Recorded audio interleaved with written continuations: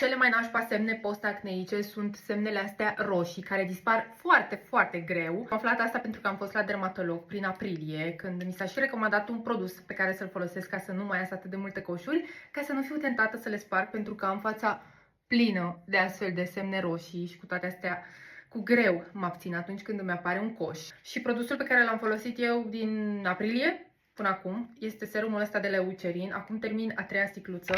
Mi-am mai cumpărat 2, că le-am găsit la ofertă.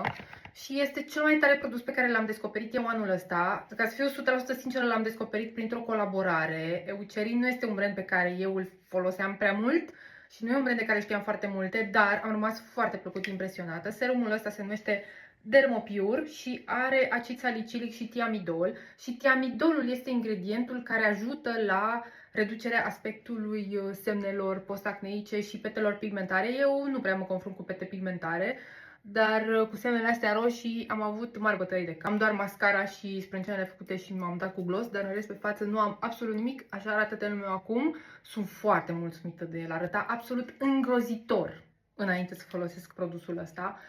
Și pe lângă asta a fost și produsul care m-a determinat să fiu foarte constantă cu rutina mea de skincare. În cazul în care sunteți în căutarea unui produs care vă poate ajuta cu coșurile și cu semnele post-acneice, chiar vă recomand să-i dați o șansă. Eu cel mai ieftin îl cumpăr de pe EMAG, l-am văzut la reducere și la Dr. Max. O sticluță din asta cred că mă ține cam o lună și jumătate, îl aplic o dată pe zi, seara, fără excepție. Deci de când am început să-l folosesc, nu a trecut o zi în care să nu-l folosesc. Și chiar sunt curioasă dacă l-a mai încercat cineva, ce rezultate a avut și cum vi se pare.